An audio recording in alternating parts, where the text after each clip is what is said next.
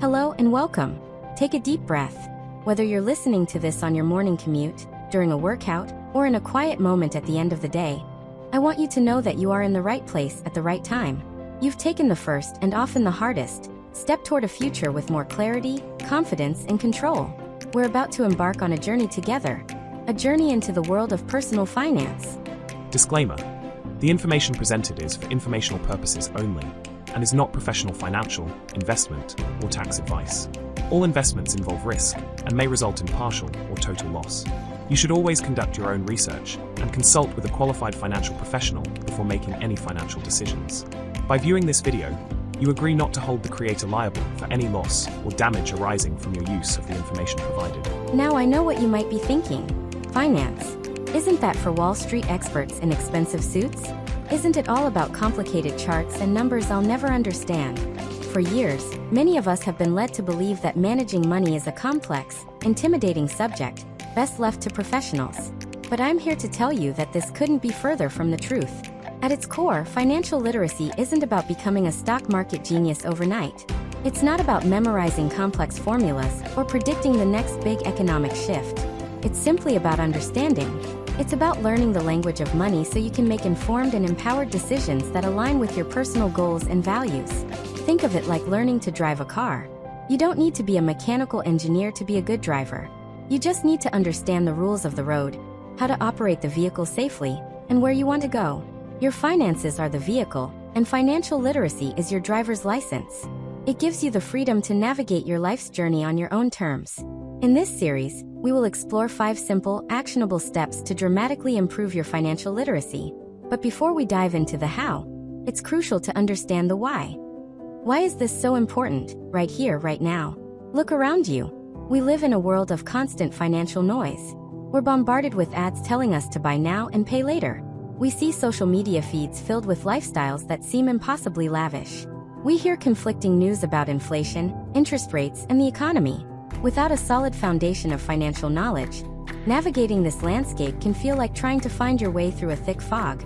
It can lead to stress, anxiety, and a feeling of being perpetually behind. Have you ever felt that knot in your stomach when an unexpected bill arrives? Or the sense of uncertainty when you think about retirement? You are not alone. These feelings are incredibly common, precisely because we were never given the map. Financial literacy is the map.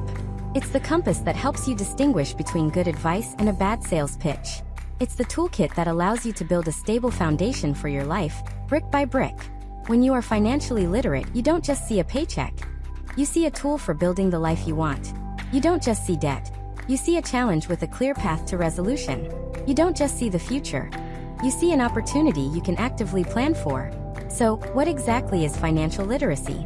Let's break it down into its most basic components. It's the ability to understand and effectively use various financial skills, including personal financial management, budgeting, and investing.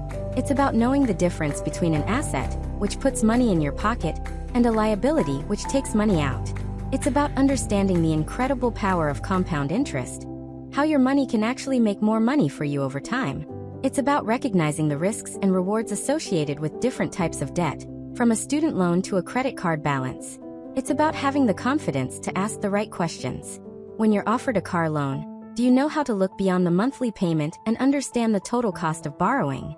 When you start a new job, do you feel equipped to understand your 401k options? When you think about protecting your family, do you know what role insurance plays? These are not expert-level questions. These are life-level questions. And financial literacy is the key to answering them with confidence. Now, before we go any further, it is absolutely essential to state something very clearly. This audio series is for educational and informational purposes only. I am not a licensed financial advisor, a tax professional, or a legal attorney. The information provided here is designed to be general in nature and should not be considered as personal financial, investment, tax, or legal advice. The financial landscape in the United States is governed by strict rules and regulations for a reason: to protect you. Everyone's personal situation is unique. Your income, your goals, your family structure, your risk tolerance, all these factors are specific to you. Therefore, the concepts we discuss are meant to empower you with knowledge, so you can have more productive conversations with qualified professionals. Always consult with a certified financial planner, a certified public accountant, CPA, or a qualified attorney before making any significant financial decisions. Think of this series as your pre-game preparation. We are getting you ready for the big game, but the licensed professional is your coach who can give you the specific plays for your unique situation. Our goal is to make you an informed and active participant in your own financial life, not to replace the critical guidance of certified experts. Over the next 14 chapters, we will systematically walk through the essential pillars of personal finance. We will start with the absolute bedrock, understanding where your money is going through the power of budgeting. From there, we'll tackle one of the biggest sources of stress for millions of Americans, debt. We will create a clear, step-by-step framework for understanding, managing, and ultimately eliminating it. Next, we'll shift our focus to the future. We'll explore the worlds of saving and investing, demystifying concepts that may have seemed intimidating before. We'll talk about how to build an emergency fund, how to start investing for the long term, and the different ways you can make your money work for you. We will also cover the crucial topic of protection, understanding insurance and how to safeguard yourself and your assets from life's unexpected turns. Finally, we'll look at the long-term horizon, touching on the basic concepts of retirement planning and estate planning. Our approach will be simple, practical, and free of judgment. There's no room for shame or regret here. It doesn't matter where you are starting from. It doesn't matter if you've made mistakes in the past, we all have. The only thing that matters is your decision to learn and move forward, and you've already made that decision by being here. Your journey to financial literacy starts today, with this single chapter. It's a journey that will pay dividends for the rest of your life, creating a legacy of stability and opportunity not just for you, but potentially for generations to come. So, get ready to replace financial anxiety with financial confidence. Get ready to build your knowledge, one simple step at a time. In our next chapter, we will dive headfirst into our very first step, mastering your cash flow. We will uncover the simple, yet profound, power of knowing exactly where your money comes from and where it goes. It is the single most important skill in personal finance, and we're going to break it down together. Thank you for listening, and for investing in yourself. The journey has just begun. Welcome back. In our first chapter, we established a crucial idea. Financial literacy isn't some secret language reserved for the elite. It is a learnable skill, an essential tool for navigating modern life with confidence. We set the stage for our journey and made a commitment to replace financial uncertainty with empowered knowledge. Today, we take our first practical step on that path. We are going to tackle the single most important skill in all of personal finance. We are going to learn how to master our cash flow. Now we're going to be talking about budgeting. But I want you to pause for a moment and consider your reaction to that word. Budget. For many people, it triggers feelings of restriction, of sacrifice, of being told no. It sounds like a financial diet, and we all know how much fun diets are. If that's how you feel, I want to invite you to completely reframe that word. A budget is not a cage. It is a key.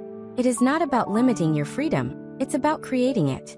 The true purpose of a budget is not to stop you from spending, but to give you permission to spend consciously and without guilt on the things that you truly value. It is the process of telling your money where to go, instead of logging into your bank account at the end of the month and wondering where it all went. A successful company wouldn't dream of operating without a business plan. Think of a budget as the business plan for your life. It's a strategic tool you design to achieve your goals. So why is this the first step? Because you cannot plan a successful journey without knowing your starting point. You can't fix a leaky roof if you don't know where the hole is. In finance, awareness is everything. Understanding your cash flow, the money coming in and the money going out, is the diagnostic X-ray that reveals the true health of your financial life. It removes the guesswork and replaces anxiety with facts. That feeling of stress that often comes with money, a huge portion of it originates from the unknown. This chapter is about turning on the lights. So how do we begin? We start with a simple, judgment-free phase of observation. The first task is to track your spending. The goal for the next 30 days is not to change anything, not to cut back, but simply to record everything. Every single dollar that leaves your possession. The morning coffee, the online subscription you forgot about, the groceries, the gas for your car, your rent or mortgage payment, everything. This might sound tedious, but it's a profoundly eye-opening exercise. You need a method that works for you. For some, a simple pocket notebook and a pen is perfect. For others, a spreadsheet on a computer is more effective. And of course, there are many budgeting apps and software programs available today that can automate much of this process by linking to your bank accounts and credit cards. The tool itself doesn't matter. What matters is the act of tracking. This is your data collection phase. Remember, there is no right or wrong, good or bad spending. There is only data. Once you have a month's worth of data, the next step is to organize it. This is where you start to see the patterns. Create categories for your spending. Some will be obvious. We can generally group them into two main types: fixed expenses and variable expenses. Fixed expenses are the costs that are largely the same every month. These are the pillars of your budget. Think of things like your rent or mortgage payment, your car payment, student loan payments, and insurance premiums. You know they're coming and you know the amount. Variable expenses, on the other hand, are the ones that fluctuate. This includes categories like groceries, gasoline, dining out, and entertainment. While you know you'll spend money in these areas, the exact amount can change from month to month. This is often where you'll find the most surprises and the most opportunities for adjustment. As you categorize, you can add another layer of understanding, distinguishing between needs and wants. Needs are the absolute essentials for living and working: housing, basic utilities, transportation to your job, and essential groceries. Wants are everything else: the streaming services, the daily latte, the weekend trip, the new gadget. This isn't an exercise in judging yourself for your wants. Wants are a wonderful part of a full life. The goal is simply to be honest about what's a necessity and what's a choice. Now comes the moment of truth. Add up your total income for the month. Then, add up your total expenses across all categories. Lay them side by side. There are only 3 possible outcomes. Your income is greater than your expenses, leaving you with a surplus. Your expenses are greater than your income, resulting in a deficit. Or they are roughly equal, meaning you break even. If you have a surplus, congratulations. You have a powerful opportunity to direct that extra money toward your goals, which we'll cover in later chapters. If you're breaking even, you have a solid foundation but may want to create some breathing room. If you find yourself in a deficit, please do not panic or feel discouraged. You have just uncovered incredibly valuable information. You now know there's a problem, and you can begin to solve it. This clarity is a gift. With this information, you can now move from passively tracking your money to actively directing it. This is where you create your spending plan, or your budget. Look at your variable expenses and your wants. Are there areas where your spending doesn't align with your values?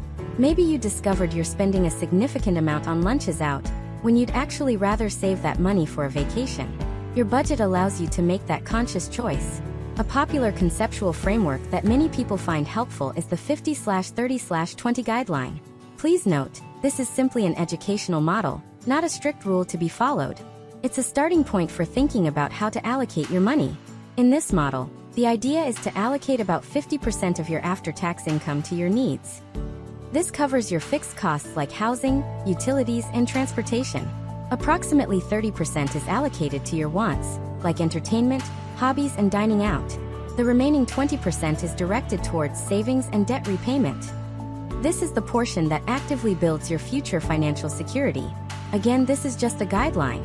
Depending on where you live, your income, and your personal goals, your percentages might look very different, and that's perfectly okay. The principle is what matters. Give every dollar a job. Now, a quick word for those with irregular or fluctuating incomes. Budgeting can feel impossible when you don't know how much money is coming in next month. A common strategy is to create a baseline budget based on your lowest earning month. Cover all your essential needs with that baseline income. In months where you earn more, that extra income can be strategically allocated. First to savings, then to paying down debt, and then to your wants. Remember, a budget is not a stone tablet. It is a living, breathing document. Life happens. An unexpected car repair comes up. Your utility bill is higher one month. You must give yourself grace. The goal is not perfection. It is consistency and progress. Review your budget regularly, once a week or once a month, and make adjustments as needed. It's your plan, and you have the power to change it. Once again, as a reminder, these concepts and frameworks are for educational purposes. They are designed to help you understand the principles of cash flow management. If you analyze your spending and discover a significant deficit, or if you feel overwhelmed by your financial situation, seeking help from a reputable nonprofit credit counseling agency or a certified financial planner can be a transformative step. They are qualified professionals who can provide personalized advice for your specific circumstances. You've just learned the foundational skill of financial literacy. By simply understanding where your money goes, you have moved from the passenger seat to the driver's seat of your financial life. You've taken the abstract concept of money and made it tangible. Welcome back to our journey. In our last chapter, we turned on the lights. We took the vague, often stressful cloud of our finances and transformed it into a clear picture of cash flow through the art of budgeting. That single skill, knowing where your money is going, is the foundation upon which everything else is built. Today, we're going to use that powerful tool of awareness to confront one of the heaviest financial burdens for millions of Americans: debt. The word debt itself can feel suffocating. It can bring up feelings of guilt, shame, and being trapped. If you are carrying debt, you might feel like you're running a race with a weight chain to your ankle. The purpose of this chapter is to show you how to find the key, unlock that chain, and start running freely toward your financial goals. We will frame this not as a story of restriction, but as a journey toward liberation. Because every dollar of debt you pay off is a piece of your future income that you reclaim for yourself. First, it's important to understand a key concept. Not all debt is created equal. From an educational perspective, financial experts often categorize debt to better understand its impact. While every debt is a legal obligation to repay borrowed money, the reason for the debt and its associated interest rate can make a huge difference. Some debt can be considered a strategic investment in your future. Think about a mortgage on a home. While it's a very large debt, it's used to purchase an asset that, historically, has the potential to increase in value over time. Or consider student loans. They are an investment in your education, which can dramatically increase your earning potential over your lifetime. A loan to start a small business could also fall into this category. The common thread here is that this type of debt is often used to acquire an asset or skill that can help build your net worth in the long run. On the other end of the spectrum is high-interest, revolving debt. The most common example of this is credit card debt. This debt is often used for consumption, for things that don't typically grow in value, like meals, vacations, or clothing. The defining characteristic of this type of debt is its high interest rate. The same goes for payday loans or high-interest personal loans, which can carry astronomically high costs. This is the type of debt that can feel like a trap, because the interest works aggressively against you. The engine that makes this debt so challenging is the annual percentage rate, or APR. The APR is, simply put, the price you pay for borrowing money. Think of it as the speed at which your debt grows. A mortgage might have an APR in the single digits, let's say 3 to 7%. That's like a slow walk. But a credit card? It's not uncommon to see APRs of 18, 22, or even 28%. That is a full-speed sprint in the opposite direction. This is the power of compound interest working against you. The high APR doesn't just apply to the money you originally borrowed. It applies to the accumulating interest as well, creating a cycle that can be difficult to break. So, how do you break the cycle? You create a plan. Using the budget you built in Chapter 2, you should now know exactly how much extra money, if any, you have after all your necessary expenses are paid. This surplus is your most powerful weapon. Now let's talk about how to aim that weapon. In the world of personal finance education, there are two widely discussed strategies for paying down debt. Understanding them can help you think about how you might want to structure your own approach. These are known as the debt avalanche and the debt snowball methods. Let's look at the debt avalanche first. With this method, you start by making a list of all your debts. Beside each one, you write down its current balance and its interest rate, or APR. You then order this list from the highest interest rate to the lowest. The strategy is to make the minimum required payment on all your debts, but to take every single extra dollar you have and focus it on the debt at the top of your list, the one with the highest APR.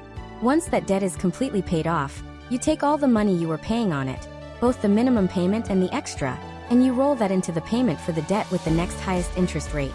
You create an avalanche of payments that grows larger as it rolls downhill, knocking out each debt one by one. The primary advantage of the debt avalanche is mathematical. This approach will save you the most money and interest over time, because you are eliminating your most expensive debt first. Now let's look at the debt snowball. This method addresses the psychological side of debt repayment. You start the same way, by listing all your debts. But this time, you order them from the smallest balance to the largest, regardless of the interest rate. Just like before, you make the minimum payment on everything, but you put all your extra money toward the debt with the smallest balance. The goal is to get a quick win. By paying off that first, small debt quickly, you feel a sense of accomplishment. It builds momentum and motivation. Once it's paid off, You take the money you were paying on it and roll it into the next smallest debt. You create a snowball of payments that grows as it rolls. The primary advantage here is behavioral. The motivation from those early victories can be the key to sticking with the plan for the long haul. So, which method is better? There is no single right answer. One is mathematically optimal, the other is psychologically powerful. The most effective method is the one that you will actually follow through on. As you embark on this process, it's also wise to consider establishing a small emergency fund first. Many people aim for about $500 or $1,000. This isn't your full emergency fund, which we'll discuss later, but a small buffer. This buffer prevents a minor unexpected expense, like a flat tire, from derailing your entire debt repayment plan and forcing you to reach for a credit card again. And please, allow me to state this very clearly. This discussion of the debt avalanche and debt snowball methods is for informational and educational purposes only. These are common models used to teach the principles of debt reduction, not personalized financial advice. Your financial situation is unique. If your debt feels truly overwhelming, if you are dealing with collection agencies, or if you simply don't know where to start, I strongly encourage you to seek professional guidance. Reputable, non-profit credit counseling agencies, such as those accredited by the National Foundation for Credit Counseling, NFCC, can be an invaluable resource. They can work with you to create a personalized plan, and may even be able to negotiate with your creditors. Getting out of debt is a marathon, not a sprint. It requires discipline and a plan, which you are now equipped to create. Every payment you make is a vote for your future. It's a declaration that your money will work for you, not for banks and credit card companies. You now understand the difference between types of debt, the power of interest rates, and the strategic frameworks for creating a repayment plan. You have what you need to start your journey to becoming debt-free. Now that we have a plan in place to control our present and manage our past obligations, we can finally turn our eyes to the exciting part, building the future. In our next chapter, Building Your Future, the power of saving and investing, we will explore how to take the money you've freed up and put it to work, creating a foundation of financial security and growth. Thank you for your focus and dedication. You are making incredible progress. Welcome back. In our journey so far, we have built a powerful defensive line for our finances. Through budgeting, we learned to control our cash flow. By creating a plan to conquer debt, we began to reclaim our future income. We've been focused on managing the money we have and the obligations of the past. Now it's time to go on offense. It's time to shift our focus from defense to growth. This chapter is about building your future. It's about harnessing the incredible power of saving and investing. These two words, saving and investing, are often used together, but they represent two very different, yet equally important, jobs for your money. Understanding this difference is the key to building a truly stable and prosperous financial life. Let's start with saving. Think of saving as stockpiling resources for the near future. The primary purpose of saving is safety, security, and accessibility. You save for specific, short-term goals. This could be a down payment on a car you plan to buy next year, a vacation you're planning in 6 months, or for the most crucial component of financial security, your emergency fund. We touched on this briefly in the last chapter, but let's dive deeper. An emergency fund is the financial firewall between you and life's unexpected crises. It's a pool of money set aside to cover unforeseen expenses, like a sudden job loss, a medical emergency, or a major home repair. The general educational guideline often suggested by financial experts is to have 3 to 6 months' worth of essential living expenses saved. You can calculate this number by looking at the needs section of the budget you created in Chapter 2. Where should you keep this money? In a place that is safe and liquid, meaning you can get to it quickly without penalty.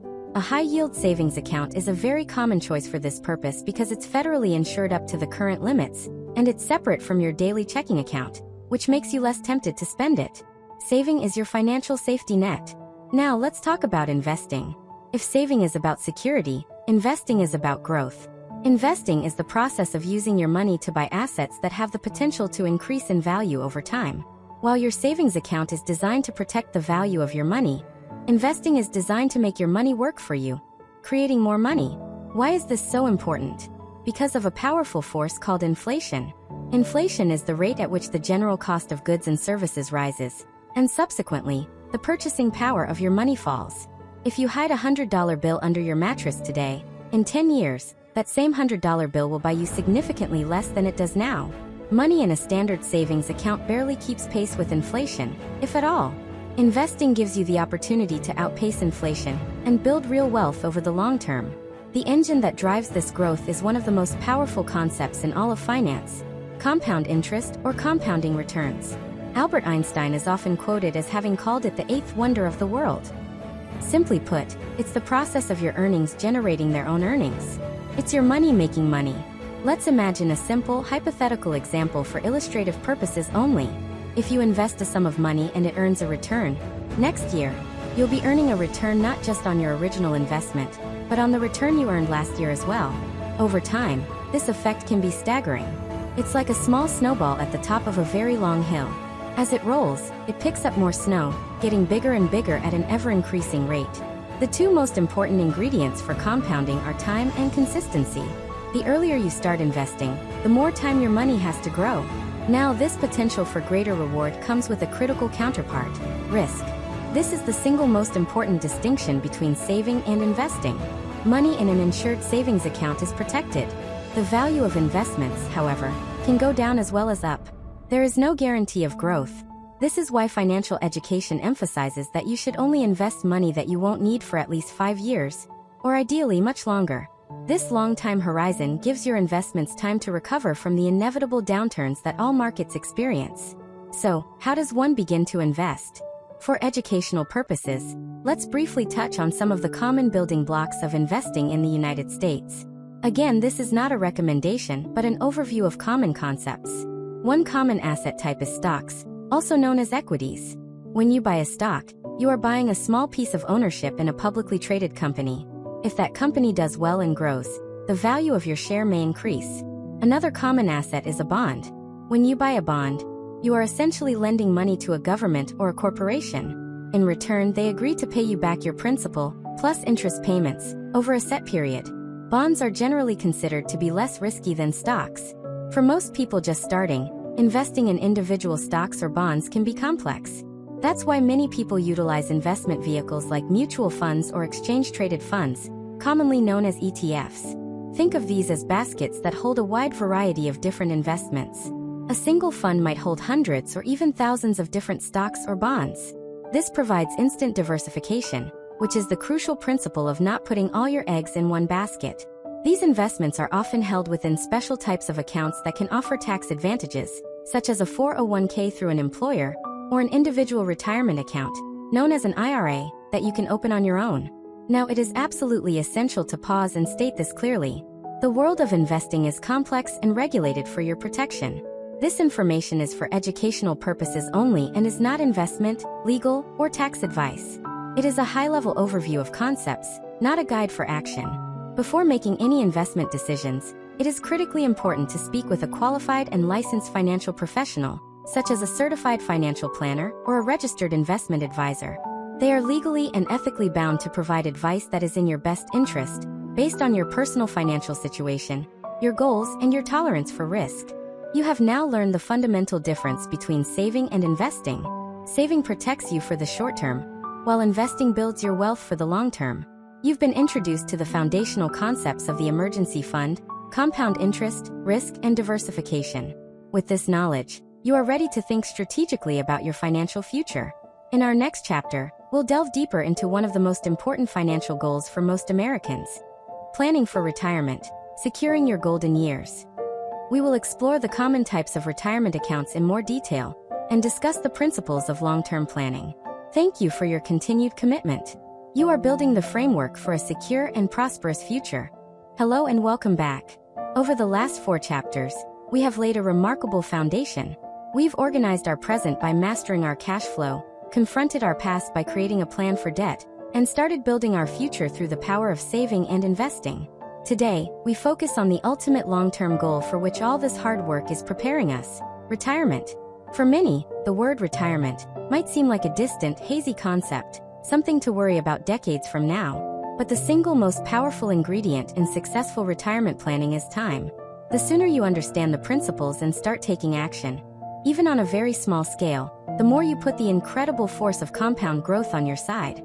Planning for retirement isn't just for people in their 50s and 60s.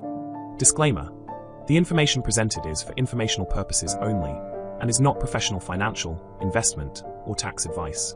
All investments involve risk and may result in partial or total loss. You should always conduct your own research and consult with a qualified financial professional before making any financial decisions. By viewing this video, you agree not to hold the creator liable for any loss or damage arising from your use of the information provided. It's an act of profound kindness to your future self. And it starts today. Let's first redefine what retirement means in the 21st century. For generations past, it was often about working for one company for 40 years and then receiving a pension, a guaranteed monthly check for the rest of your life. Today, that model is exceedingly rare. The responsibility for funding retirement has largely shifted from the employer to the individual. That's you. This makes understanding your options more critical than ever. Retirement isn't about an age. It's about reaching a financial state called financial independence, the point at which your assets generate enough income to cover your living expenses, so that working becomes a choice, not a necessity. In the last chapter, we talked about investing in assets like stocks, bonds, and funds. Now let's talk about the special accounts designed to hold those investments specifically for retirement. Think of these accounts as wrappers or containers that give your investments special powers. Their biggest superpower? Tax advantages. The U.S. government has created these accounts to incentivize citizens to save for their own retirement. And they do so by offering significant tax breaks. Let's discuss some of the most common types of retirement accounts for educational purposes. We'll start with the one many people are first introduced to, the employer-sponsored plan. The most common type is the 401k. This is a retirement savings plan offered by many private sector employers. A similar plan for employees of public schools and certain nonprofits is called a 403b. The core concept is that you contribute a portion of your paycheck directly into your retirement account. One of the most powerful features of these plans is the concept of an employer match. This is when your employer contributes money to your account to match your own contributions, up to a certain percentage. For example, your company might offer to match 100% of your contributions up to 3% of your salary. If you contribute 3%, they contribute 3%. This is often described as the closest thing to getting a 100% return on your investment immediately. Understanding your employer's matching policy is crucial, as failing to contribute enough to get the full match is like turning down a portion of your salary. Typically, contributions to a traditional 401k are made pre-tax. This means the money comes out of your paycheck before federal and state income taxes are calculated, which can lower your taxable income for the current year. Your money then grows tax-deferred, meaning you don't pay any taxes on the investment gains year after year. You will pay ordinary income tax on the money when you withdraw it in retirement. But what if you don't have a retirement plan at work, or you want to save more? That's where individual retirement accounts, or IRAs, come in. You can open an IRA on your own at most brokerage firms or financial institutions. There are two main types to understand. First, there's the traditional IRA. It works in a similar way to a traditional 401k. Depending on your income and whether you have a retirement plan at work, your contributions may be tax deductible. Like a 401k, the investments grow tax-deferred, and you pay income tax on the withdrawals in retirement. The second type is the Roth IRA. The Roth IRA has a fascinating twist. You contribute money that you have already paid taxes on. It's post-tax. So, you don't get a tax deduction today. But here is the incredibly powerful benefit. Your money grows completely tax-free, and when you take qualified withdrawals in retirement, you pay zero income tax on that money. All those decades of growth can be accessed tax-free. So the fundamental difference between traditional and Roth accounts often boils down to a simple question. Do you think your tax rate will be higher in the future, or is it higher right now? If you expect to be in a higher tax bracket in retirement, the Roth option, paying taxes now, can be appealing. If you think you'll be in a lower tax bracket in retirement, the traditional option, deferring taxes until later, might be more attractive. It's also important to briefly touch upon a concept called an estate plan. This isn't just for the wealthy. An estate plan is simply a set of instructions that outlines how you want your assets to be managed and distributed if you pass away or become unable to make decisions for yourself. At its most basic level, this involves naming beneficiaries on your retirement accounts and life insurance policies. A beneficiary is the person or entity you designate to receive the assets in those accounts. Taking the simple step of naming a beneficiary can ensure your assets go to the people you intend, often bypassing a lengthy and public court process known as probate. More complex estate planning can involve documents like a will or a trust. Now, as we have done in every chapter, we must pause for a very important clarification. This has been a general educational overview of common retirement and estate planning concepts in the United States. It is not financial, tax, or legal advice. The rules governing retirement account contributions, tax deductions, withdrawals, and estate law are extremely complex, subject to change, and highly dependent on your individual circumstances. Choosing between a Roth or traditional account, deciding how much to save, what to invest in, and how to structure an estate plan are all significant decisions. It is absolutely essential to consult with qualified professionals. A financial advisor can help you create a cohesive retirement strategy. A tax professional can explain the tax implications, and an estate planning attorney can help you draft legal documents like a will. You are now equipped with the basic language of long-term financial planning. You understand the incredible advantage of tax-advantaged retirement accounts and the foundational importance of having a basic estate plan in place. You have the knowledge to start thinking strategically about your long-term future. In our next chapter, we will shift our focus from growth to defense. Now that you're learning how to build a strong financial house, we need to talk about how to protect it. We'll dive into protecting your assets, understanding insurance and risk. Thank you for investing this time in your future self. It's the most valuable investment you will ever make. Hello and welcome back. In our journey together, we've dedicated ourselves to the exciting work of building. We've built a budget, we've built a plan to get out of debt, and we've started to build a future through saving and investing. We are, in effect, constructing a strong and valuable financial house. Today, we're going to talk about how to protect that house. We're going to discuss the concept of insurance, the essential component of any solid financial plan designed to shield you and your assets from the unexpected storms of life. Many people view insurance simply as another monthly bill, another expense to be paid. I want to invite you to look at it through a different lens. Insurance is not just an expense, it is a mechanism for risk transfer. Life is inherently unpredictable. A sudden illness, a car accident, or a storm that damages your home are all risks we face. Any one of these events could create a financial loss so catastrophic that it could wipe out years of hard-saved progress. Insurance is a system where you pay a predictable, manageable amount, called a premium, to an insurance company. In exchange for your premium, the company agrees to take on the financial risk of a specific, major loss. You are transferring the risk of a devastating, unpredictable event from your shoulders to theirs. It's a foundational tool for protecting the financial life you are working so diligently to create. To understand insurance, it helps to know a few basic terms. The premium is the regular payment, usually monthly or annually, that you make to keep your insurance policy active. A policy is the formal contract between you and the insurance company that outlines what is covered. The deductible is the amount of money you are required to pay out of pocket for a claim before the insurance company's coverage begins. And coverage refers to the maximum amount the insurance company will pay for a covered loss. Now, let's explore the purpose of several key types of insurance that form the bedrock of personal financial protection in the United States. This is a general overview for educational purposes. First, health insurance. In the United States, the cost of medical care can be extraordinarily high. A single hospital stay or a serious illness can lead to bills totaling tens or even hundreds of thousands of dollars. Health insurance is designed to cover these costs, from routine doctor visits and prescription drugs to major surgeries and emergency care. It provides a way to manage the potentially devastating financial impact of getting sick or injured, ensuring that a medical crisis does not also become a financial one. Next is auto insurance. If you own and drive a vehicle, auto insurance is a legal requirement in nearly every state. Its primary purpose is to provide financial protection in the event of an accident. It can be broken down into a few key concepts. Liability coverage is for the damage you might cause to other people or their property. If you are at fault in an accident, this is the coverage that pays for the other person's medical bills and vehicle repairs. Collision and comprehensive coverage, on the other hand, are designed to pay for damages to your own car, either from an accident or from other events like theft, vandalism, or a natural disaster. Similar to auto insurance is homeowners or renters insurance. If you own a home, homeowners insurance protects both the physical structure of your house and your personal belongings inside it from damage or loss due to events like fire, theft, or certain weather events.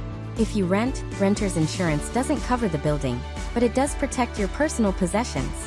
Both types of policies also typically include crucial liability protection.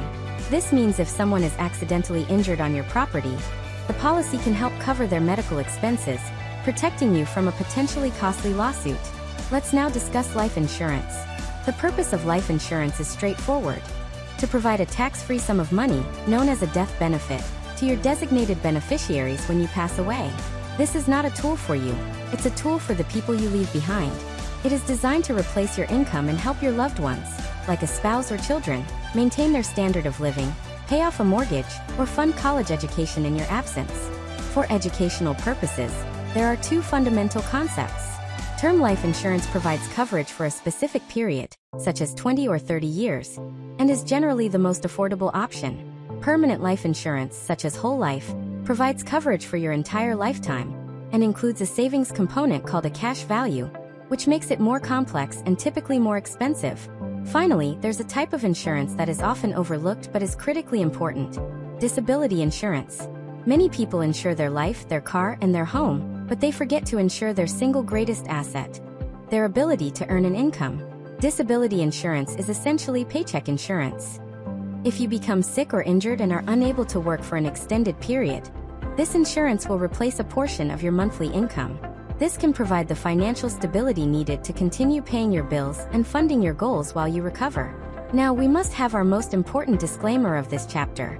This has been a high-level educational overview of common types of insurance in the United States. This information is for informational purposes only, and is absolutely not financial, legal, or health advice. Insurance is a complex and highly regulated industry. The types of policies, the amount of coverage, and the specific features that are right for you depend entirely on your unique personal and financial situation, your health, your family structure, and many other factors. To properly assess your needs and to purchase an insurance policy, it is essential that you consult with a licensed and qualified insurance professional who is authorized to provide advice and sell products in your state. You now understand the fundamental role of insurance to protect your financial well-being from catastrophic loss. Building wealth is a fantastic achievement, but it's only half the equation. You must also protect what you build. Having covered the core pillars of financial literacy, from budgeting to investing to insurance, we can now explore other critical topics that influence your financial life. In our next chapter, we'll dive into a number that impacts almost everything: your credit score. We'll explore understanding the power of credit, how to build and protect your score.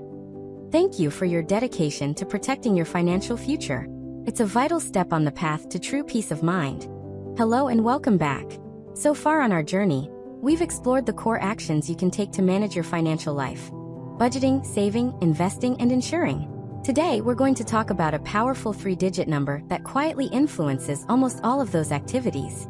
It's a number that can determine the interest rate on your car loan, the approval of your mortgage application, and even the premium on your insurance policy.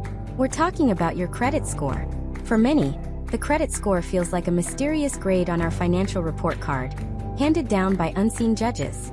The goal of this chapter is to pull back the curtain on this mystery. A credit score isn't a measure of your personal worth, it's simply a tool. It's a snapshot of your financial history, used by lenders to predict the likelihood that you'll repay money you've borrowed. Understanding how this tool is built and managed gives you the power to shape your financial reputation and unlock opportunities. So, what exactly is a credit score? It's a number, typically ranging from 300 to 850, that summarizes the information in your credit report at a specific moment in time. In the United States, there are 3 major credit bureaus: Equifax, Experian, and TransUnion, that collect and maintain this information. They receive data from lenders such as banks, credit card companies, and auto finance companies about your payment history and loan balances. This data is then run through a scoring model, which is a complex mathematical algorithm, to generate your score. The 2 most common scoring models you'll hear about are FICO and VantageScore. You might see slightly different scores from different sources, and that's often because they are using a different scoring model, or are looking at data from a different credit bureau. The important thing to know is that they all use the same underlying data from your credit history. Why does this number matter so much? It primarily affects 2 things: access to credit and the cost of credit. When you apply for a loan, whether it's a mortgage to buy a home, a loan for a car, or a new credit card, lenders will look at your score to help them decide whether to approve your application. Perhaps even more importantly, your score heavily influences the interest rate you'll be offered. A higher credit score signals to lenders that you are a lower-risk borrower, so they will typically offer you a lower interest rate. A lower score signals higher risk, resulting in a higher interest rate. This difference can be profound. over the life of a 30-year mortgage or a 5-year car loan. A few percentage points can mean paying tens of thousands of dollars more in interest.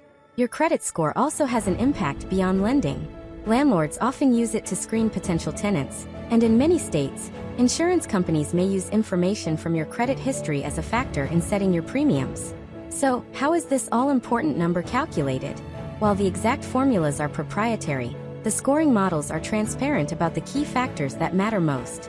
For educational purposes, let's break down the 5 main components of a typical FICO score. The single most important factor, making up about 35% of your score, is your payment history. This is a simple record of your reliability. Have you paid your past credit obligations on time? A consistent history of on-time payments will help your score, while late payments, collections, or bankruptcies can significantly damage it. The second most influential factor, at about 30%, is amounts owed. This isn't just about how much debt you have, but more about your credit utilization ratio, especially on revolving accounts like credit cards. This ratio is the amount of credit you are currently using compared to your total credit limit. For example, if you have one credit card with a balance of $300 and a limit of $1,000, your utilization ratio is 30%. As a general educational guideline, a lower credit utilization ratio is viewed more favorably by scoring models. Next, at about 15%, is the length of your credit history. This factor considers the age of your oldest account and the average age of all your accounts. A longer history of responsible credit management is generally a positive signal. Accounting for about 10% is new credit. If you apply for and open several new credit accounts in a very short period, it can be interpreted as a sign of potential financial risk. This factor also considers hard inquiries, which are recorded when a lender checks your credit report after you've applied for new credit. Finally, the last 10% is your credit mix. This looks at your experience managing different types of credit. Having a mix of both revolving credit, like credit cards, and installment loans, like a mortgage or auto loan, can be a positive for your score, as it shows you can handle various types of financial obligations responsibly. Given its importance, how can you stay on top of this information? Under U.S. law, you have the right to get a free copy of your credit report from each of the 3 major bureaus, once every 12 months. The official, federally authorized website to do this is annualcreditreport.com. It's important to distinguish between a credit report, which is the detailed history of your accounts, and a credit score, which is the 3-digit number. While some services provide free scores, this official site provides the full report. Regularly reviewing your reports is a vital habit. You can check for any errors that might be hurting your score and look for any accounts or inquiries you don't recognize, which could be a sign of identity theft. If you do find an error, you have the right to dispute it with the credit bureau. And now for our important disclaimer.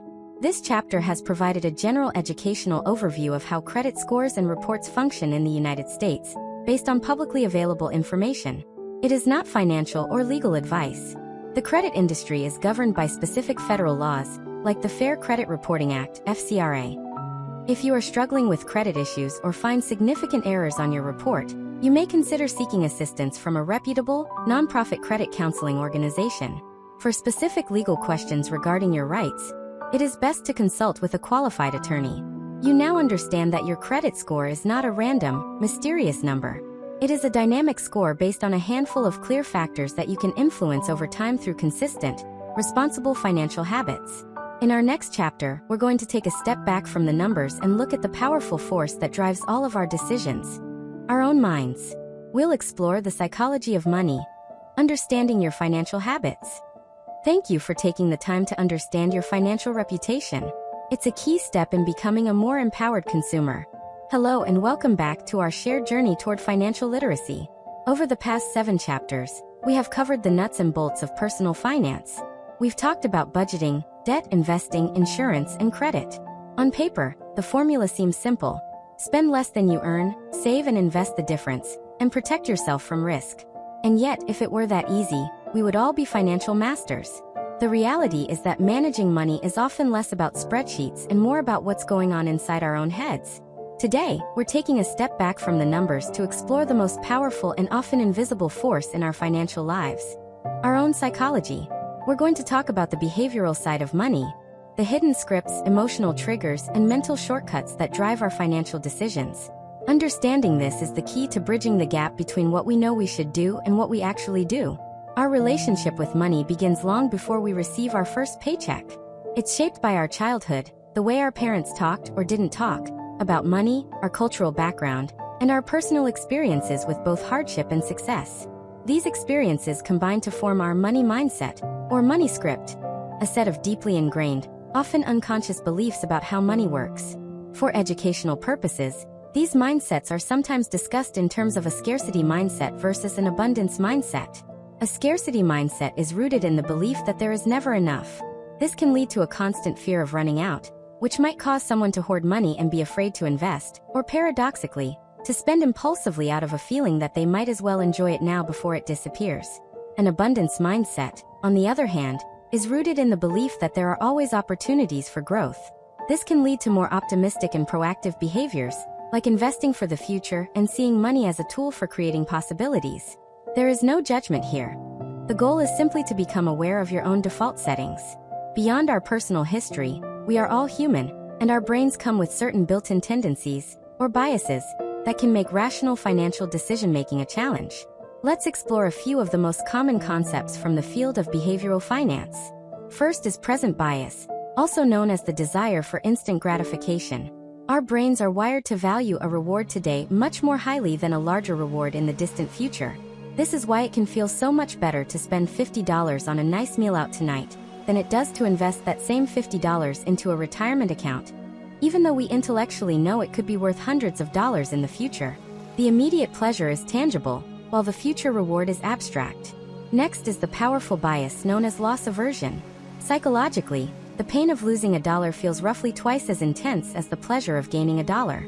This explains why people often panic during a stock market downturn. The fear of seeing their account balance drop further can become so overwhelming that they sell their investments at the worst possible time, locking in their losses, rather than sticking to their long-term plan.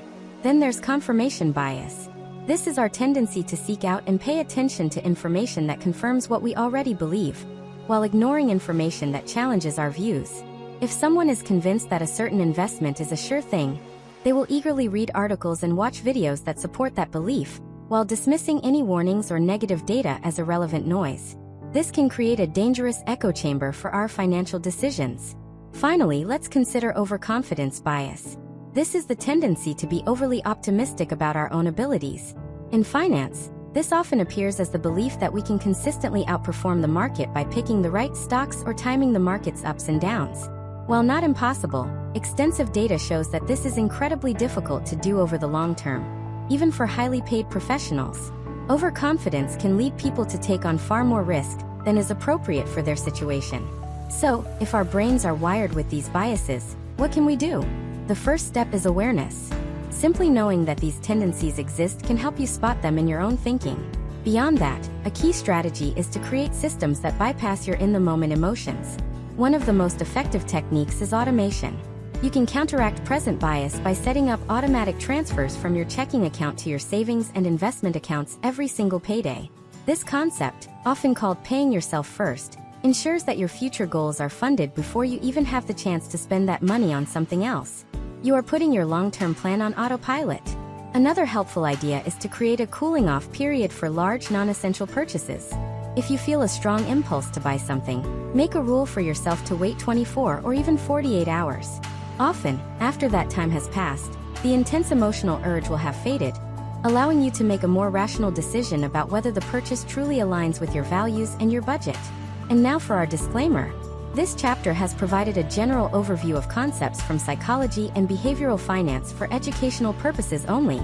It is not psychological, medical, or financial advice. These biases are a normal part of the human experience. However, if you feel that your relationship with money is causing you significant personal distress, or if your financial habits are part of a larger pattern of anxiety, depression, or compulsive behavior, it is important to seek help from a qualified mental health professional or therapist. For specific financial advice tailored to your goals, please continue to consult with a qualified financial professional. Understanding the psychology of money is about giving yourself grace. It's recognizing that we are emotional beings, not robots. By understanding our own tendencies, we can be more forgiving of our past mistakes, and more importantly, we can build the systems and habits that will help our rational long-term thinking selves win out over our impulsive, short-term thinking selves. In our next chapter, we will take these insights and apply them to the exciting work of building the life you want. We'll explore setting and reaching your financial goals, from dreams to reality. Thank you for taking this step to better understand yourself. It is the foundation of all lasting financial success. Hello and welcome back. In our journey so far, we have assembled a complete toolkit for financial literacy. We have the tools to track our spending, to manage our debt, to invest for the future, to protect our assets, and to understand our own financial psychology. But a toolkit, no matter how powerful, is only useful when you have a project to build. Today, we're going to talk about the blueprint for that project. We're going to talk about setting and reaching your financial goals. Goals are the why behind every financial decision you make. They are the driving force that turns the chore of budgeting into a powerful act of intention. They transform the sacrifice of delaying a purchase into a deliberate step toward a future you are excited about. Without clear goals, managing money can feel like wandering aimlessly. With clear goals, it becomes a meaningful and empowering journey with a clear destination. The first step is to transform your vague wishes into concrete, well-defined goals. A wish is something like, "I'd like to be better with money," or "I hope to be wealthy someday." These are nice sentiments, but they aren't actionable. A goal, on the other hand, is specific and clear. It's the difference between wishing for a nice vacation and planning a 7-day trip to see the national parks in Utah, with a specific savings target to make it happen. To help bring this kind of clarity to your own aspirations, we can use a popular and effective educational framework known as the SMART goal-setting method. This acronym provides a checklist to ensure your goals are powerful and effective. Let's break it down. The S stands for specific. A specific goal has a much greater chance of being accomplished than a general one. Instead of "I want to save for a down payment," a specific goal is, "I want to save $25,000 for a down payment on a 2-bedroom home in my current city." Be as clear and detailed as you can. The M stands for measurable. You need to be able to track your progress. This is where the numbers come in. $25,000 is a measurable target. Saving more money is not. A measurable goal allows you to know exactly how far you've come and how far you have left to go, which is essential for staying motivated. The A stands for achievable. Your goal should stretch you, but it shouldn't be impossible. It needs to be realistic based on your current financial situation, which you understand thanks to the budget you created. For example, if your budget shows you can save $500 a month, setting a goal to save $30,000 in a single year isn't achievable. But setting a goal to save $6,000 in that year is both challenging and realistic. An achievable goal keeps you motivated, whereas an impossible one can lead to frustration and giving up. The R stands for relevant. This is perhaps the most important letter. Your goals must be important to you. They must align with your personal values and your vision for your life. Don't set a goal to buy a fancy car if what you truly value is the freedom to travel. A goal that is deeply relevant to your life will provide its own powerful, internal motivation that will keep you going when challenges arise. Finally, the T stands for time-bound. Every goal needs a target date. It needs a deadline. I want to save $25,000 in the next 4 years. This time-bound element creates a sense of urgency. It also allows you to break your large goal down into smaller, manageable pieces. Once you have a list of SMART goals, it's helpful to categorize them by their time horizon. This helps you think about the appropriate financial tools to use for each one. Short-term goals are those you want to achieve in the next 1 to 3 years. This could be things like building your full 3 to 6 month emergency fund, saving for a family vacation, or paying off your last high-interest credit card. As a general educational principle, money for short-term goals is typically kept in safe, easily accessible places like a high-yield savings account, because you can't risk that money losing value in the stock market right before you need it. Mid-term goals typically fall in the 3 to 10-year range. This is often where big life goals live, like saving for a down payment on a home, saving up to buy a car with cash, or funding a major renovation.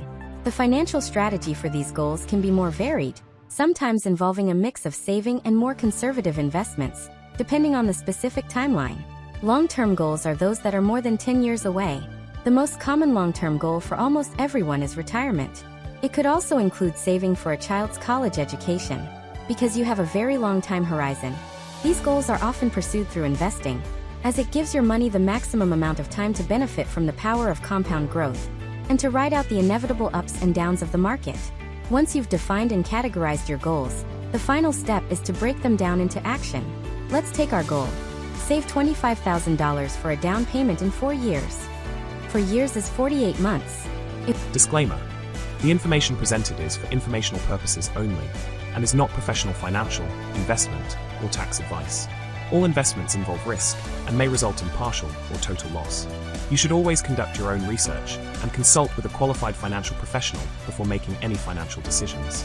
By viewing this video, you agree not to hold the creator liable for any loss or damage arising from your use of the information provided. If we divide $25,000 by 48, we get approximately $520 per month.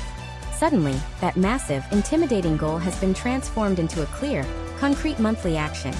I need to set up an automatic transfer of $520 from my checking account to a dedicated savings account every month.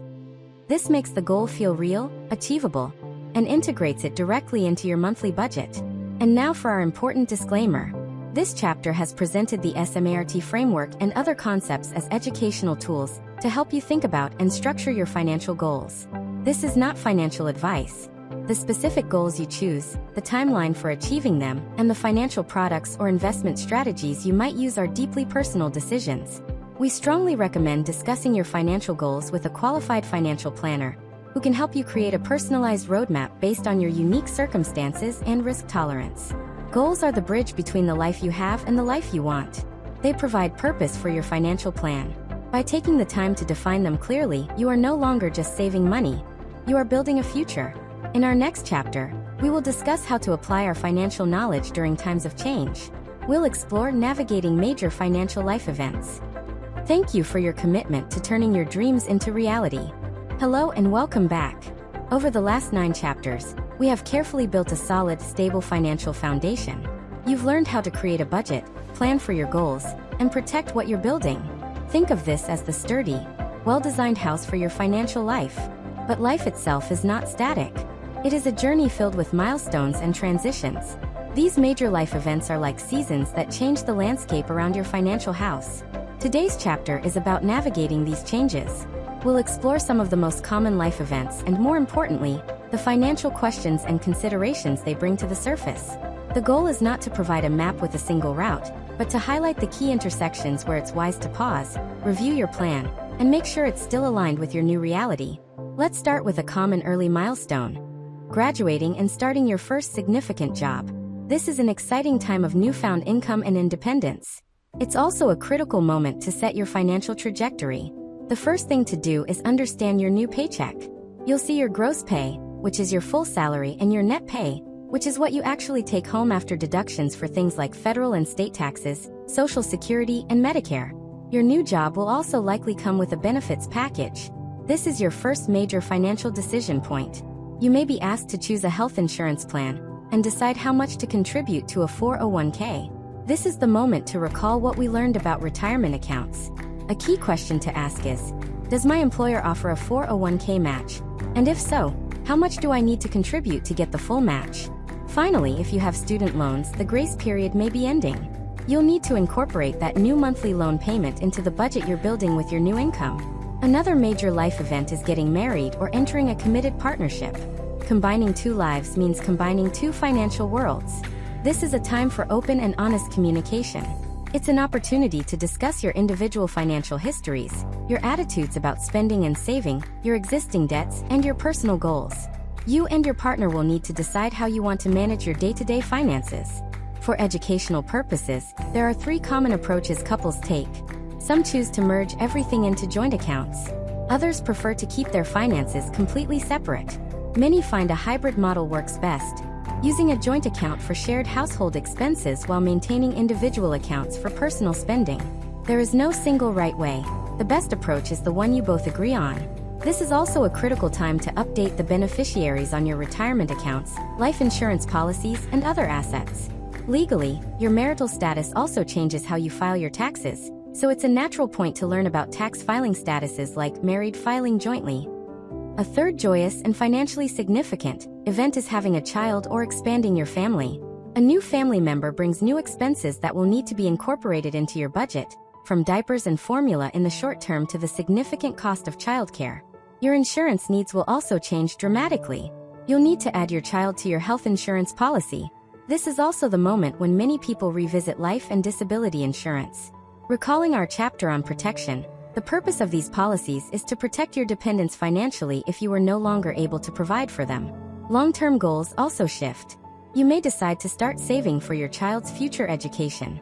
This is a good time to learn about education savings vehicles, such as 529 plans, which are tax-advantaged accounts designed specifically for this purpose. Finally, this is a crucial time to consider basic estate planning, specifically naming a legal guardian for your child in a will. A final event we'll touch on is changing jobs or careers. When you leave an employer, you have to decide what to do with the money in your 401k. As we've discussed, you generally have a few options to consider. You might be able to leave it in your old employer's plan. You could roll it over into your new employer's 401k, or you could roll it into an individual retirement account, IRA. It is important to understand the pros and cons of each choice. It's also important to be aware of the significant tax consequences and penalties that typically come with simply cashing out the account.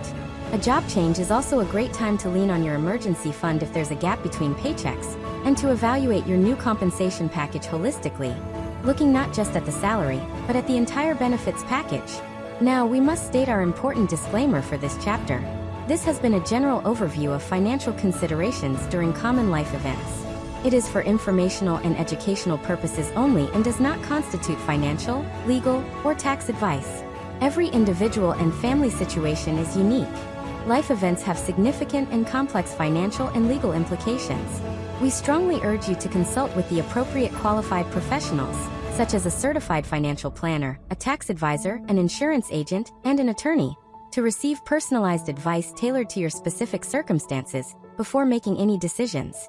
Your financial plan is not a static document you create once and forget. It is a living, breathing roadmap that should evolve as your life evolves. Think of these major life events as scheduled rest stops on your financial journey. A chance to check your map, refuel, and make sure you're still heading in the direction of your dreams. In our next chapter, we'll tackle a topic that affects everyone every year. We'll be demystifying taxes in the U.S., a beginner's guide. Thank you for continuing to navigate your financial life with intention and care. Hello and welcome back. Today we're going to tackle a topic that is a fundamental part of our financial lives. Yet for many, it's a source of confusion and anxiety. It's a topic summed up by Benjamin Franklin's famous quote: "In this world nothing can be said to be certain, except death and taxes." Today we're going to demystify the world of income taxes in the United States. The goal of this chapter is not to turn you into a tax expert. The U.S. tax code is famously complex. Instead, our goal is to provide you with a foundational understanding of the key concepts and the language of taxes. This knowledge can transform tax season from a time of fear into a more manageable part of your financial routine, empowering you to better understand where your money goes and why. First, let's briefly touch on the purpose of taxes. In a broad sense, the taxes we pay, at the federal, state, and local levels, are what fund the public services that structure our society. This includes everything from maintaining roads and highways, to funding public schools, to providing for our national defense, and supporting major social programs like Social Security and Medicare. Now, let's dive into some of the core concepts of the U.S. federal income tax system. The first thing to understand is that the system is progressive. This is a crucial concept. It means that people with higher taxable incomes are subject to progressively higher tax rates. This is accomplished through a system of tax brackets. This is where a major misconception often arises. Being in a certain tax bracket, say the 22% bracket, does not mean all of your income is taxed at 22%. That is not how it works. A better way to think about it is like filling up a series of buckets. The first bucket of your income is taxed at the lowest rate, for example, 10%. Once that bucket is full, any additional income spills over into the next bucket, which is taxed at the next highest rate, say 12%, and so on. So in reality, your income is taxed in pieces, at several different rates. The highest rate that a portion of your income is taxed at is your marginal tax rate. The next key idea is understanding the difference between your gross income and your taxable income. Your gross income is all the money you earn in a year from various sources. But you don't pay tax on your gross income. You pay tax on your taxable income, which is a lower number. The simple formula is gross income minus deductions equals your taxable income. So what are deductions? Deductions are specific expenses that the tax code allows you to subtract from your gross income to reduce the amount of income that is subject to tax. For most people, the biggest decision here is whether to take the standard deduction or to itemize deductions. The standard deduction is a fixed dollar amount, set by law each year, that you can subtract. It's the simplest option. Itemizing, on the other hand, means you add up all of your individual, specific deductible expenses, which can include things like mortgage interest, state and local taxes up to a certain limit, and charitable contributions. You would choose to itemize only if your total itemized deductions are greater than the standard deduction. Now let's distinguish deductions from another important concept, tax credits. These two are often confused, but they are very different. As we just learned, a deduction reduces your taxable income. It provides a discount on the amount of money you're taxed on. A tax credit is even more powerful. A credit directly reduces your final tax bill, dollar for dollar. It's a discount on the actual tax you owe. Therefore, a $1,000 tax credit saves you more money than a $1,000 tax deduction. As you go through your financial life, you'll also encounter several common tax forms. It's helpful to know what they are. When you start a job, you fill out a W-4 form. This tells your employer how much tax to withhold from each paycheck. At the end of the year, your employer will send you a W-2 form, which summarizes your total earnings and the total amount of taxes that were withheld. If you earn money outside of a primary job, such as from a freelance project or interest from a savings account, you'll likely receive a 1099 form.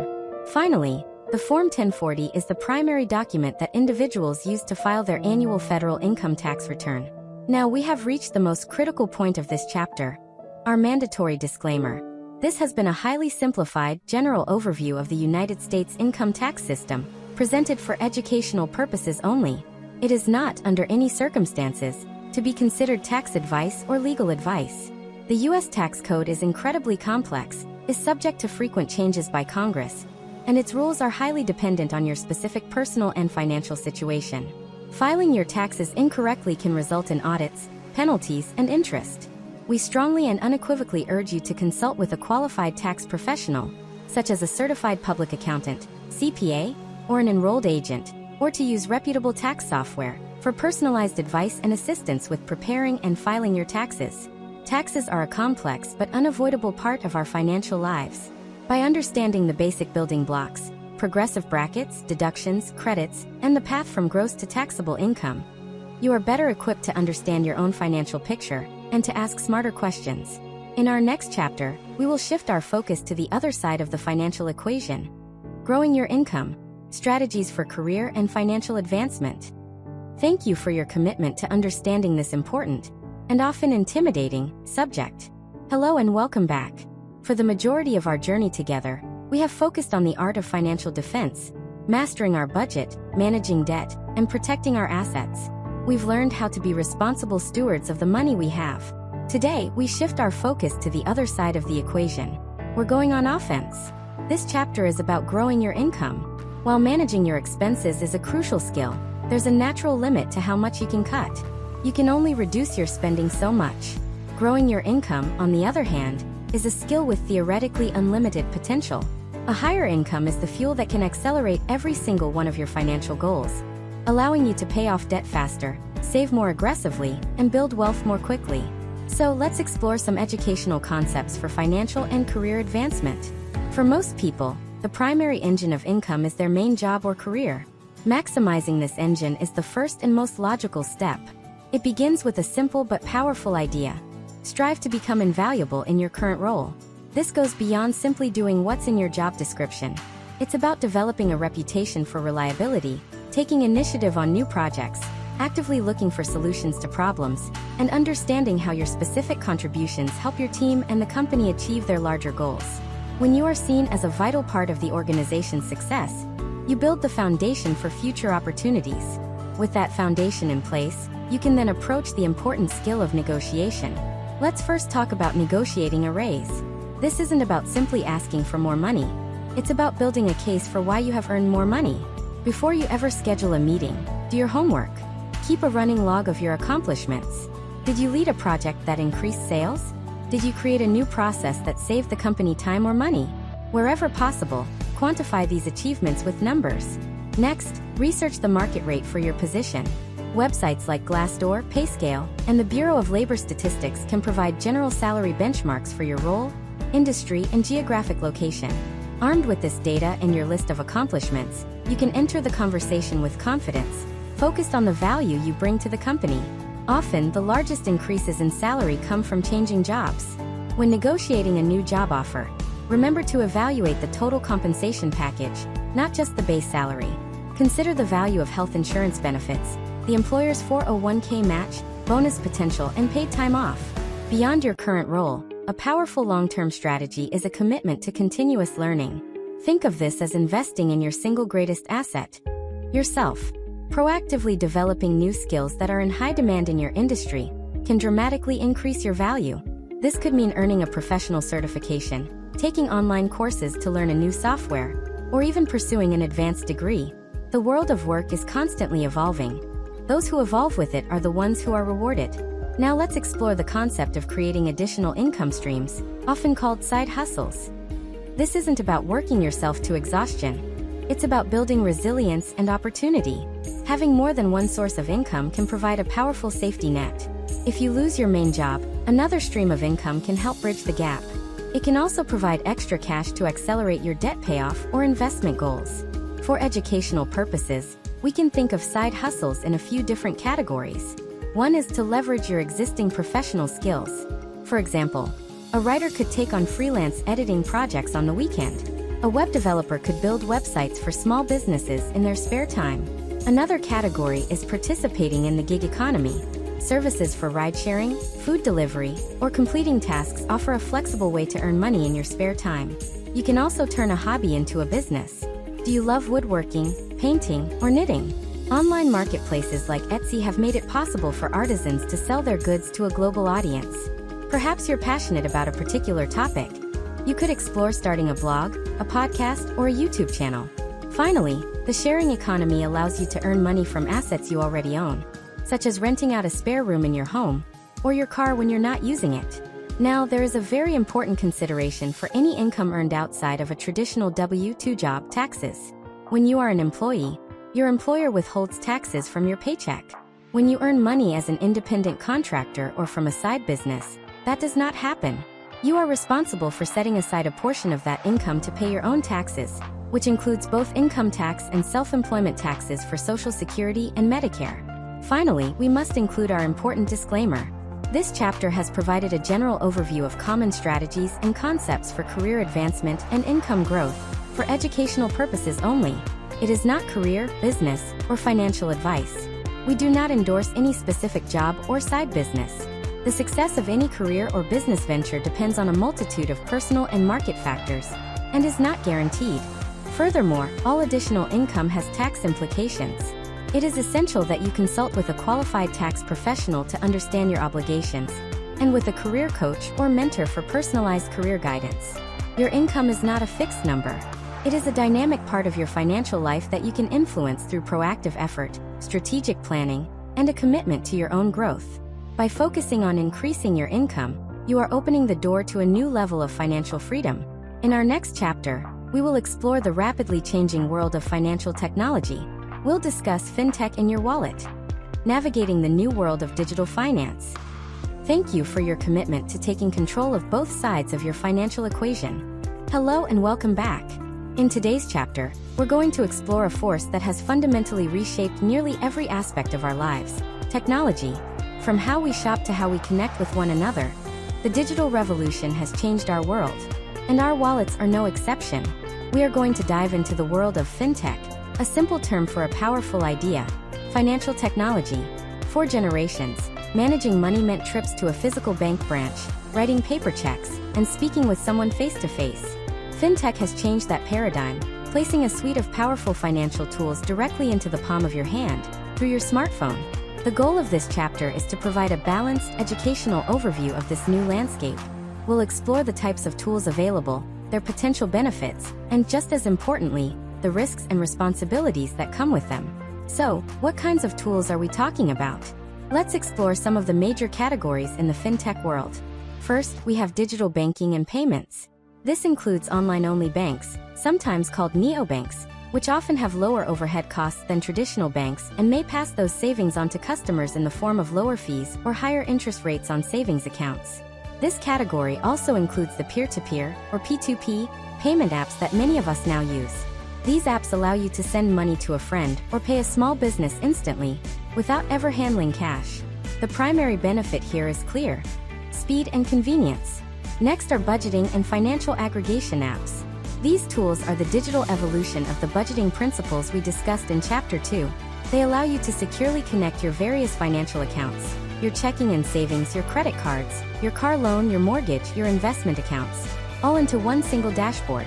This gives you a complete, up-to-the-minute view of your entire financial life, often automatically categorizing your spending and tracking your progress toward your goals. For many, this brings an unprecedented level of clarity to their finances. The world of investing has also been transformed by fintech, particularly through robo-advisors. These are automated, algorithm-driven investment platforms. Typically, a new user will answer a series of questions about their financial goals, their timeline, and their comfort level with risk.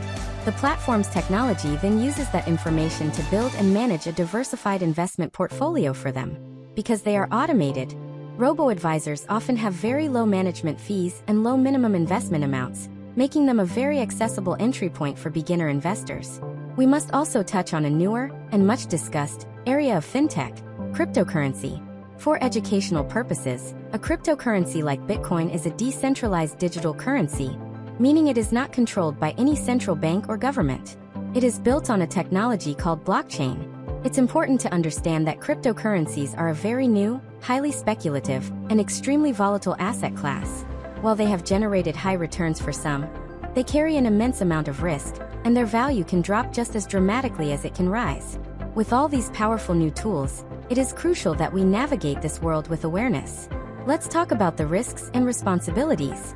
The most obvious is security. When you use a financial app, you are entrusting it with your most sensitive data. It is vital to practice good digital hygiene. This means using a long, strong, unique password for every financial app, and wherever possible, enabling two-factor authentication, often called 2FA, for an extra layer of security. Always be on guard for phishing scams, emails or texts that pretend to be from your financial institution to trick you into revealing your login information. Another consideration is consumer protection. Traditional banks in the United States have a very important protection for your cash deposits: FDIC insurance. The FDIC is a government agency that insures your deposits up to $250,000 per depositor, per bank, in the event that the bank fails. Likewise, traditional brokerage accounts have SIPC insurance, which protects the securities and cash in your investment account up to $500,000 if the brokerage firm fails. When you use a new fintech app, especially for banking or investing, it is a crucial piece of due diligence to verify whether these protections are in place. Finally, there are behavioral risks. The ease of fintech can be a double-edged sword. Some investing apps have been designed with features that can make investing feel like a game. This gamification can sometimes encourage frequent, impulsive trading, which is often counterproductive to the patient, long-term investment strategy that has historically been the most reliable path to building wealth. And now for our essential disclaimer for this chapter. This has been a general overview of the financial technology landscape for educational purposes only. It is not financial, investment, or legal advice. The mention of any category of app or service is not an endorsement or a recommendation. The fintech world is dynamic and evolves rapidly. Before using any financial app or service, it is crucial to do your own thorough research. Read reviews, understand the company's security measures, study its privacy policy, and confirm what consumer protections, such as FDIC or SIPC insurance, do or do not apply. For advice on which financial tools are appropriate for your specific situation, please consult with a qualified and licensed financial professional. Financial technology has put more power and information into our hands than ever before. Used wisely and cautiously, it can be a tremendous ally on your journey to financial literacy. In our next chapter, we will build on the topic of security. We'll discuss financial self-defense, protecting yourself from scams and identity theft. Thank you for your commitment to navigating this new financial world with an informed and careful mindset. Hello and welcome back. Throughout this series, we have focused on the constructive and positive acts of building your financial life. We've designed budgets, created investment plans, and set exciting goals for the future. We've built a strong financial house. In our last chapter on fintech, we started to look at the new digital neighborhood our house is built in. Today, we're going to talk about installing the locks on the doors and the alarms on the windows. This chapter is about financial self-defense. In our increasingly digital world, the threats to our financial well-being are often silent and invisible. Scammers and identity thieves are constantly developing new tactics to separate you from your hard-earned money and sensitive information. The goal of this chapter is not to make you fearful, but to make you prepared. By understanding the common threats and learning the principles of prevention, you can become your own best defender. First, let's quickly distinguish between two common threats: scams and identity theft. A scam is designed to trick you into voluntarily giving away your money or personal data. Identity theft, on the other hand, is when a criminal steals your personal information, like your social security number or date of birth, to impersonate you, open new accounts in your name, or commit other crimes. Let's explore some of the most common types of scams, so you can recognize the red flags.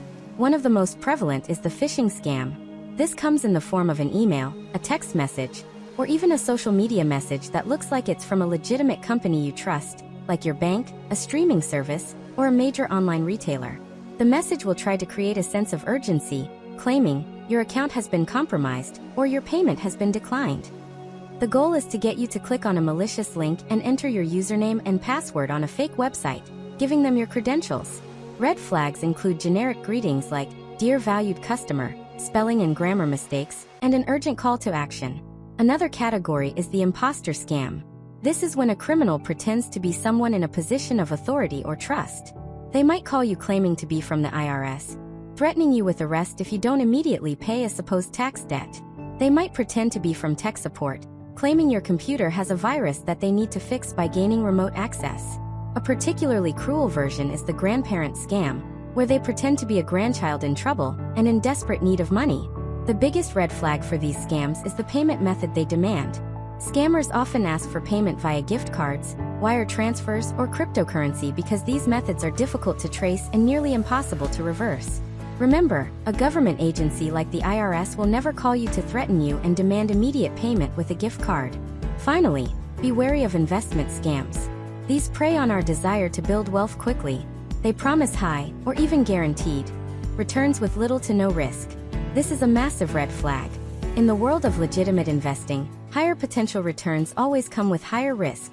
If an offer sounds too good to be true, it almost certainly is. So, how do we defend ourselves? Prevention is your most powerful weapon. Start with your digital security. Use a password manager to create long, complex, and unique passwords for every single one of your online accounts. And please enable two-factor authentication, or 2FA, on every account that offers it, especially your email and financial accounts. This extra layer of security is one of the most effective defenses against unauthorized access. Be mindful of the information you share, both online and off. Shred any physical documents that contain sensitive information before you throw them away. Be cautious about what you share on social media. Details like your pet's name, your mother's maiden name, or your high school mascot are often the answers to security questions for your financial accounts. One of the most powerful proactive tools at your disposal is the credit freeze.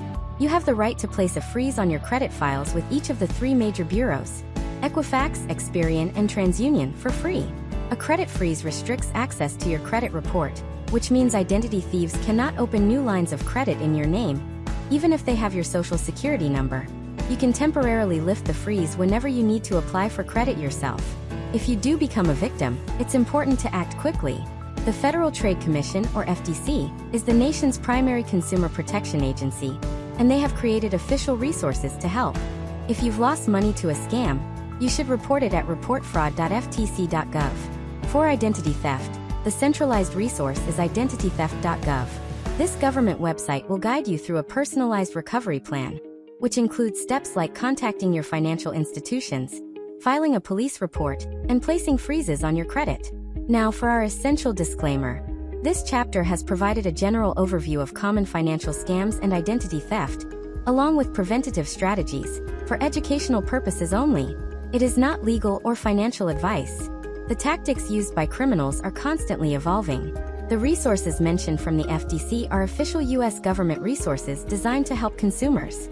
If you are the victim of a significant financial crime, you should report it to the appropriate law enforcement and government agencies. Disclaimer: the information presented is for informational purposes only and is not professional financial, investment, or tax advice. All investments involve risk and may result in partial or total loss. You should always conduct your own research and consult with a qualified financial professional before making any financial decisions. By viewing this video, You agree not to hold the creator liable for any loss or damage arising from your use of the information provided. For specific legal advice regarding your rights and options, it is essential to consult with a qualified attorney. Your financial security is worth protecting with the same diligence you put into building it. By being vigilant, skeptical, and proactive, you can create a formidable defense against those who would seek to undermine your hard work. In our final chapter, we will bring our journey to a close and talk about how to carry these lessons forward. We'll discuss The Journey Continues, committing to lifelong financial wellness. Thank you for learning how to be the best guardian of your own financial well-being. Hello, and welcome back for our final chapter together.